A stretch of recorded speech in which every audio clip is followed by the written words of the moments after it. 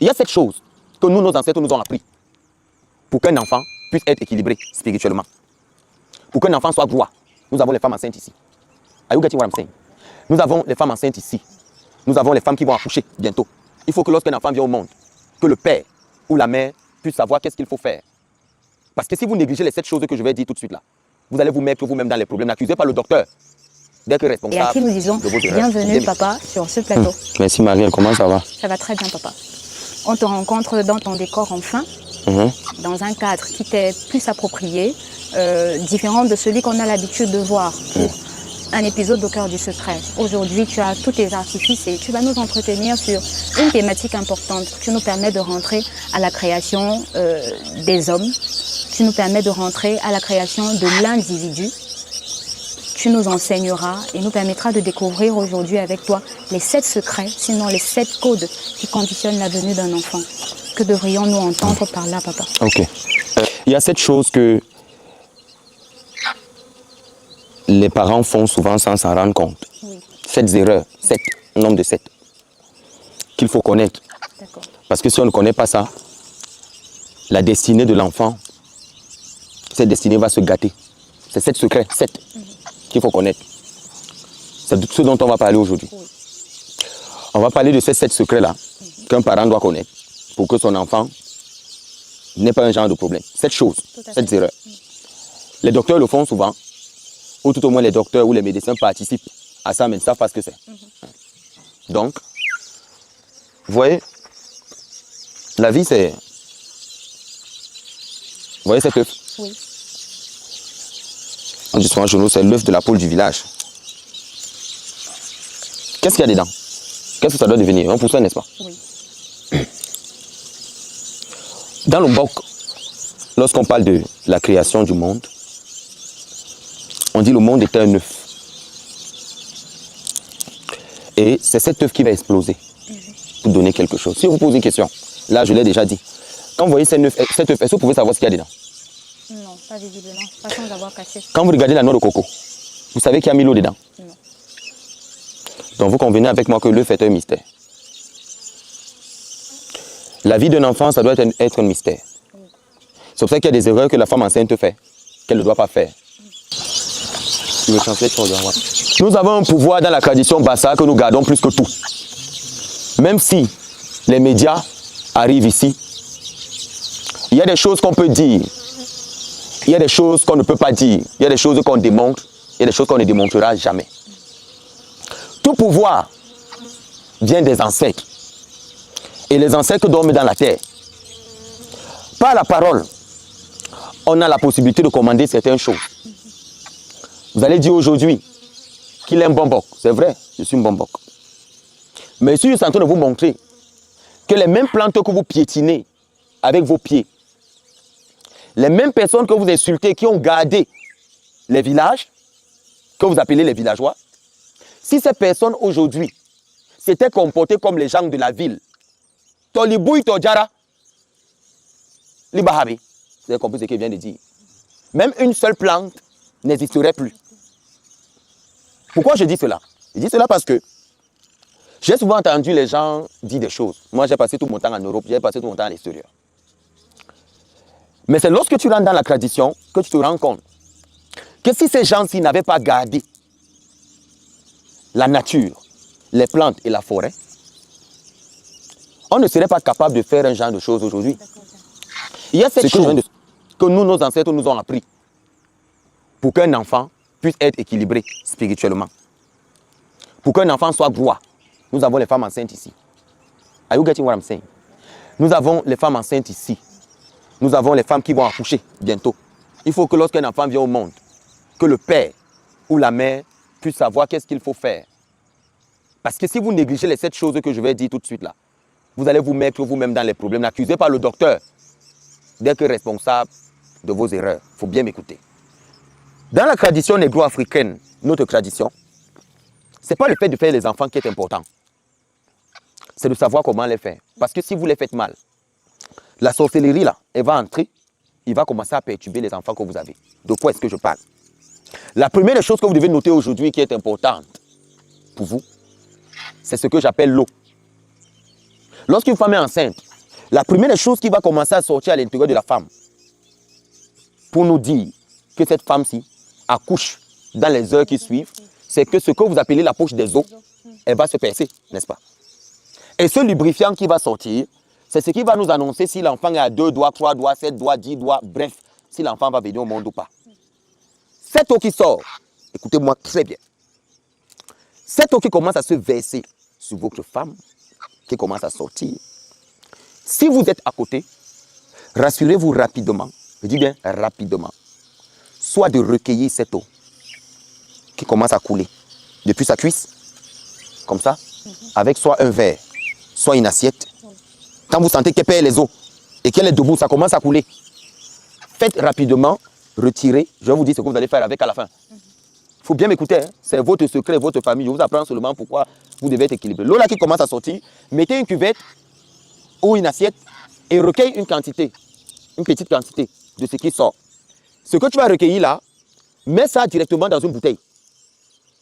Mets dans une bouteille, ferme et va garder dans la valise de l'enfant. Ni ta mère, ni ton père, ni tes soeurs, ni tes frères ne doivent savoir que tu as recueilli l'eau là. Vous allez comprendre pourquoi c'est important. Ça, c'est la première des choses. Pourquoi? Parce que cette eau qui sort de la femme est appelée l'eau de l'oubli. Pendant que l'enfant fait 9 mois dans le ventre de sa mère, ce qui se passe, c'est que les 9 mois où il est dans le ventre de sa mère, là, il est conscient. Les ancêtres viennent l'enseigner de là où il est sorti pour venir dans le ventre de sa mère. Donc, il a une connaissance avancée. Il est très avancé. C'est pour ça que lorsqu'il va venir au monde, on va taper sa bouche pour qu'il ne parle plus. Alors que dans le ventre de sa mère, il sait très bien ce qu'il fait. Il est conscient. Il est l'homme le plus spirituel que vous ne pouvez pas imaginer parce qu'il a des enseignants qui viennent l'enseigner. L'eau dans laquelle il va grandir, c'est pour ça que nous sommes des esprits des eaux. Parce que nous avons fait 9 mois dans le ventre. L'eau, on ne peut pas construire là où il n'y a pas l'eau. Chez nous les Bassa, si on construit, il doit avoir un coup d'eau à côté. Parce que nous, notre nature, c'est que nous sommes les hommes des eaux. Nous sommes des esprits des eaux. On a toujours besoin derrière la maison ou derrière 3 maisons qu'il y ait un cours d'eau qui passe. Comme ici à Lycée, on a ce qu'on appelle la gel, qui est la spiritualité de notre village. On ne peut donc pas détruire ça parce que c'est là que certains de nos ancêtres d'un certain niveau restent. On ne peut donc pas du jour au lendemain couper complètement ça et annuler. On a besoin de l'eau là. Ça c'était de l'eau. Il faut retenir, ça c'est le premier élément. Vous allez donc recueillir, quand elle commence à pleurer, là, quand la poche se pèse, vous venez rapidement. Lorsqu'elle crie, elle-même, elle peut même le faire.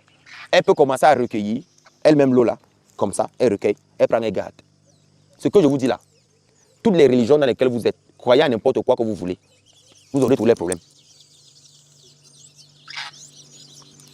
Priez tout ce que vous voulez prier sur cette terre, vous aurez les problèmes. Pourquoi?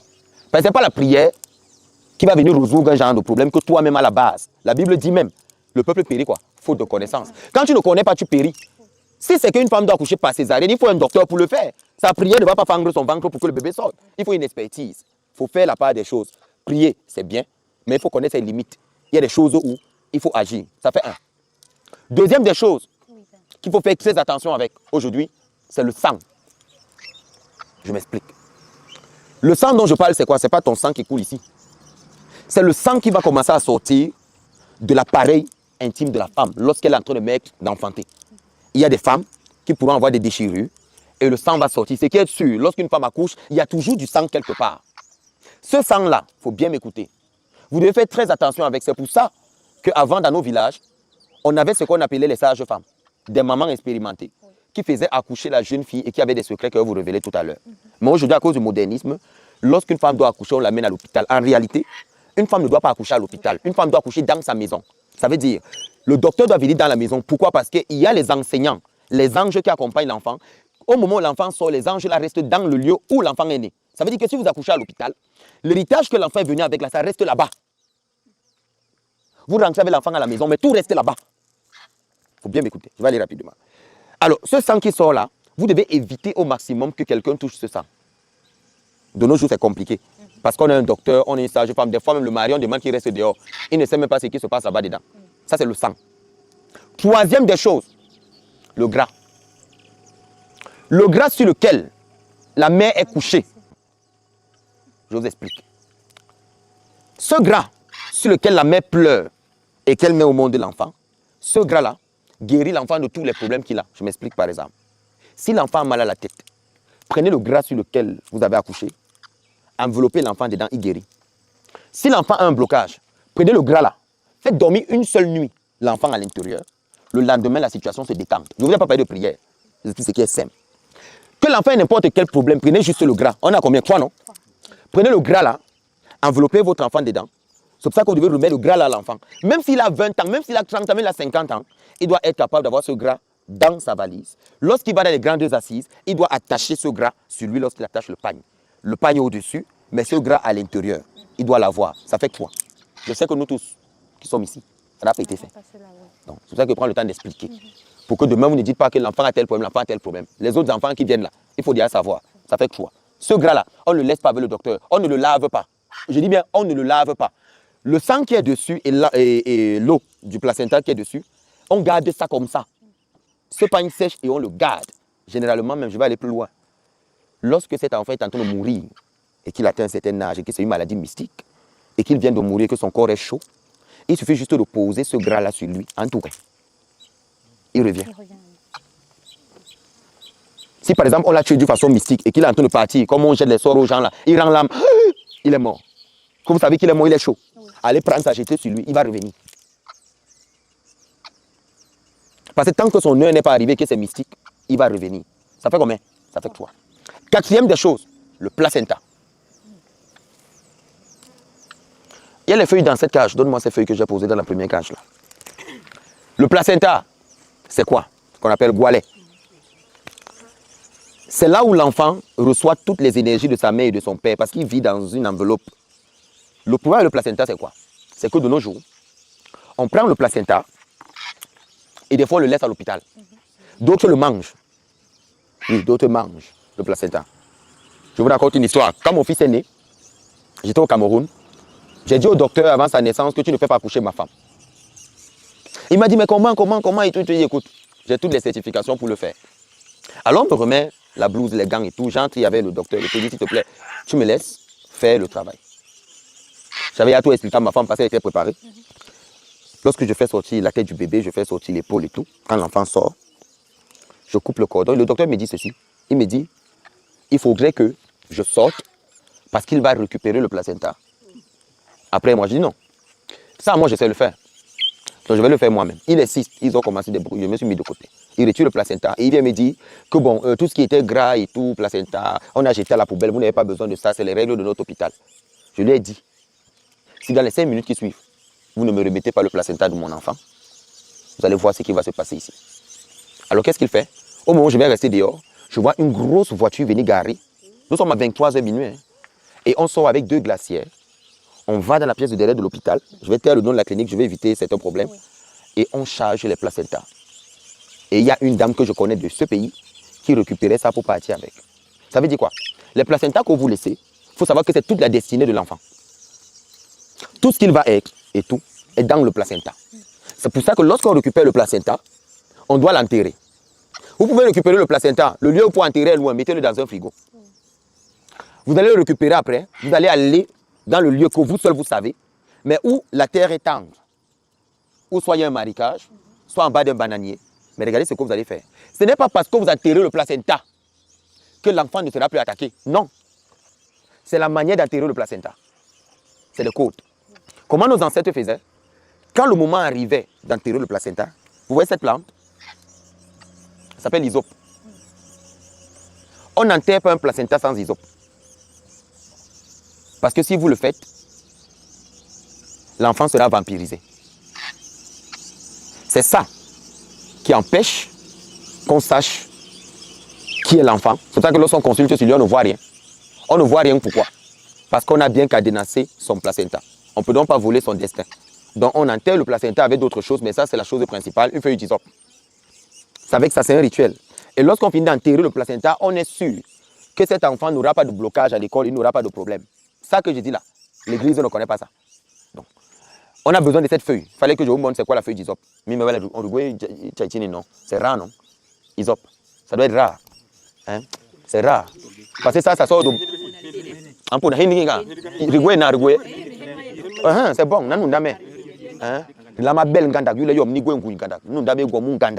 comme ça que même dans les psaumes, vous lisez, on purifie avec l'hysope. Parce qu'il y a des rituels qu'on fait avec ça. rituel très compliqué qu'on fait avec ça. Il faut garder ça très bien. Ça, il faut garder ça très bien. Même lorsque la femme, au dernier jour qu'elle est en train d'accoucher, sur son lit, mettez beaucoup de ces feuilles. Qu'elle dorme dessus. Même s'il y a le sorcier le plus puissant de la terre, il ne peut pas traverser cette femme. Il va fuir. Il faut ça. Il faut toujours avoir ça.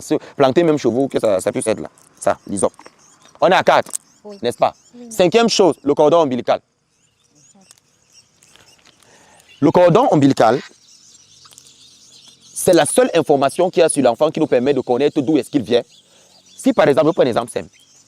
Vous connaissez des gens qui sont allés, comme par exemple nos ancêtres, qui soi-disant est venu ici, comme on nous a dit. Peut-être qu'il venait d'ailleurs, il s'est perdu à la chasse. C'est un exemple que je donne. Vous connaissez quelqu'un qui ne sait pas d'où il vient? Il y en a. Oui. Des gens qui ne connaissent pas leurs origines. La preuve, les enfants qu'on a adoptés dans les orphelinats. Ils ne savent pas. Oui. On a ramassé un enfant à la poubelle, par exemple. On l'a mis dans un orphelinat. Comment est-ce que cet enfant saura d'où il vient? Il ne sait pas, non? Regardez. Si cet enfant a l'information de son cordon ombilical, le cordon ombilical est la seule chose qui permet de connaître les origines d'un enfant. Ça veut dire, moi, par exemple, avec cette consultation-ci, l'eau, je suis capable de retracer la lignée d'un enfant, même sur cette génération. Avec les noms. Pourquoi? Parce que cet enfant-là connaît où son cordon est. Le cordon, c'est ce que j'appelle Job, c'est qui tombe après cette jour-là. Ça, voilà. Cette chose-là, il faut garder ça. Maintenant, je vous explique quelque chose. Si les fourmis mangent ça, ou la souris, cet enfant va voler comme il n'est pas permis. Je prends un exemple simple. Si vous prenez ça, vous attachez, vous gardez dans le sac et vous ne contrôlez pas, la souris vient et consomme seulement un bout. Cet enfant va voler comme il n'est pas permis. Et pour réparer ça, ça sera compliqué. C'est pour ça que vous voyez certains enfants qui volent, ils ne savent pas pourquoi ils volent. Ils pleurent même, ils disent qu'ils ne savent pas ce qui arrive, mais ils volent toujours. C'est le cordon ombilical.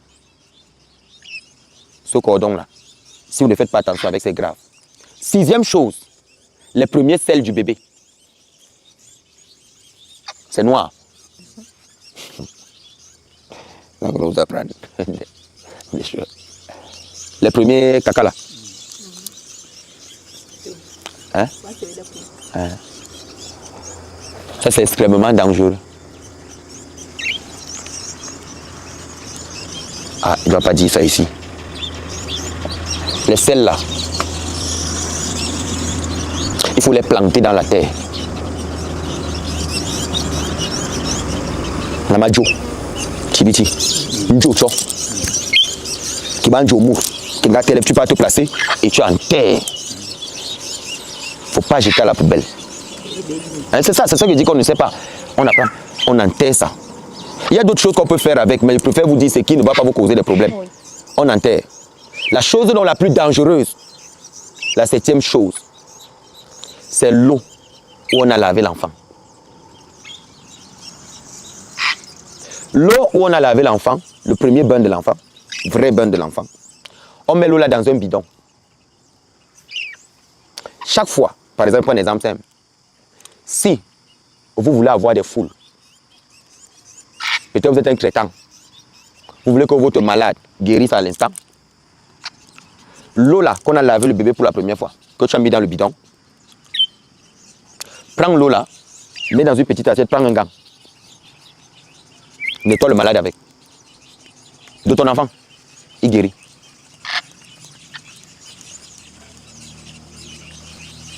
Cette eau,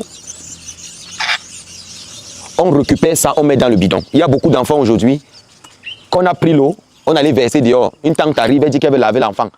Elle ne veut pas laver l'enfant. Quand tu dis va verser l'eau, elle peut mettre dans un autre seau dehors. En rentrant, elle ne récupère pas avec. C'est avec l'eau là qu'on change les destinées des enfants. On peut prendre l'étoile de ton enfant, on change. Seulement avec l'eau là. La preuve, la personne qui vient de laver le bébé, s'il se lave, cette personne-là se lave avec l'eau là. Tout ce que l'enfant est venu faire sur cette terre ne sert plus à rien. C'est cette personne-là qui va commencer à vivre ça. Donc l'enfant va aller de problème, de problème, de problème, de problème, de problème, de problème, de problème. C'est pour ça que même si vous avez une mère et un père et que votre femme accouche, ne faites confiance à personne. Gardez vous-même l'eau là. L'eau là peut faire 20 ans, 30 ans. Toi-même si tu as un problème et que ça ne va pas, l'eau là, prends l'eau là, lave-toi avec. Quand l'enfant grandit, remets-lui le bidon. Dis voilà l'eau qui est dans le bidon là, c'est ton premier bain. Cette eau là, l'enfant n'a plus besoin d'être dans une église. Parce que l'eau là seule suffit. Les 7 choses que je viens de vous dire, c'est les choses qu'on voit. Mais on ne sait jamais ce que c'est. Si on ne sait pas comment gérer ça, cet enfant-là, il va prier toute sa vie, il va aller dans les églises, il va aller voir tous les chrétiens du monde. Et plusieurs ne maîtrisent pas.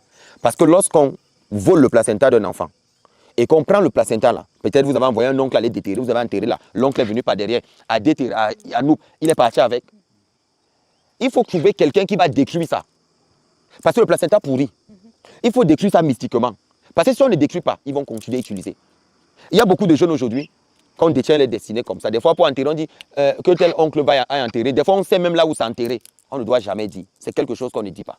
Parce qu'une fois qu'on dit, là où on a enterré le placenta, les problèmes commencent à l'instant. Vous pouvez avoir des enfants, vous pouvez être riche. Ces enfants-là vont vivre leur propre vie. Quand ils vont grandir, ils vont commencer à avoir des problèmes. Des problèmes pourquoi? Parce que vous n'avez pas respecté la base. Ce que je vous ai dit là, c'est la chose la plus normale à faire. Je ne vous ai pas demandé d'aller entrer dans quelque chose. Je vous ai dit ce qu'un parent doit faire. Première des choses, on a dit quoi? L'eau qui sort. Deuxième des choses, le sang. Troisième, le gras. Quatrième, le placenta. Cinquième, le cordon ombilical. Sixième des choses, le caca. Septième des choses, l'eau de bain. Voilà les 7 choses que lorsqu'un enfant grandit, pour savoir si cet enfant... Moi, j'étais au Nigeria, par exemple. J'ai rencontré des grands hommes d'affaires qui, jusqu'à aujourd'hui, a plus de 50 ans. Il a son eau de bain.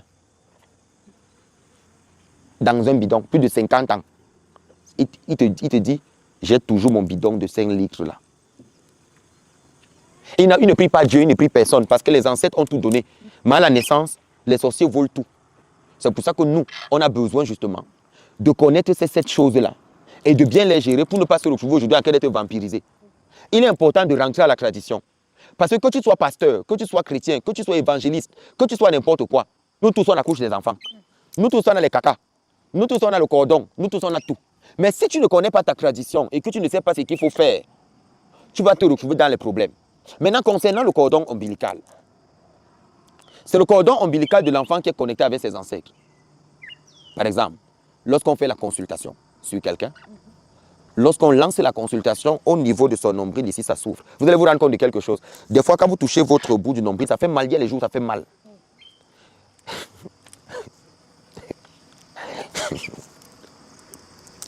Ouais. Quand ça commence à faire mal, là, que vous sentez que ça fait mal, quand vous touchez là, ça fait des fois mal façon. Ça veut dire que ça s'est ouvert. Ça s'est ouvert pour causer avec l'autre côté. C'est pour ça qu'ils disent aux jeunes filles de ne pas marcher avec le nombril dehors. Même les jeunes garçons aiment tout montrer leur torse. On ne montre pas son torse. On ne montre pas son nombril. Parce que quand tu es un initié, tu peux entrer dans cet enfant seulement par le nombril. Seulement en regardant. Tu habites en lui. Il ne sait même pas. Il est là, il marche, le ventre devient souvent gros. Ça ne baisse pas. Il ne sait pas ce qu'il y a dedans.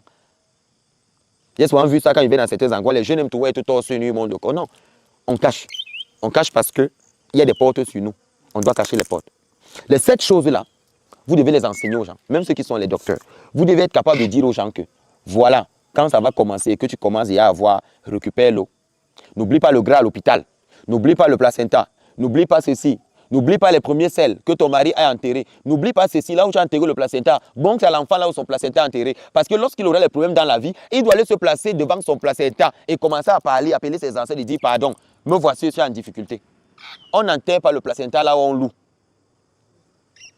En location, on n'enterre pas le placenta là-bas.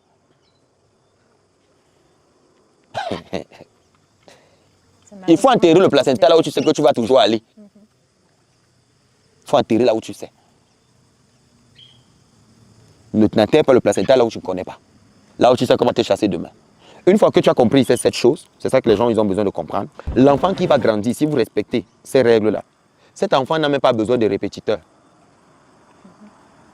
Cet enfant, il va aller normalement à l'école et il va comprendre facilement les choses.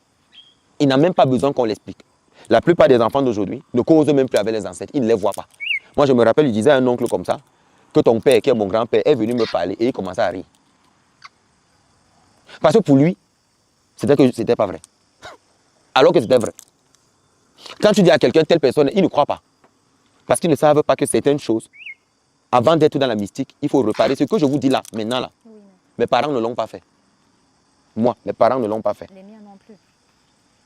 Mais quand j'ai grandi, j'ai commencé moi-même à résoudre ces problèmes mystiquement. Parce que je m'étais rendu compte qu'il y avait des erreurs. Ça veut dire quoi? Ça veut dire que tout ce que je viens de vous dire là, on peut réparer. Il y a des plantes qui sont capables de te purifier, même sur 3, 4 générations. Il y a des rituels qui peuvent nettoyer et te redonner ton étoile. C'est possible.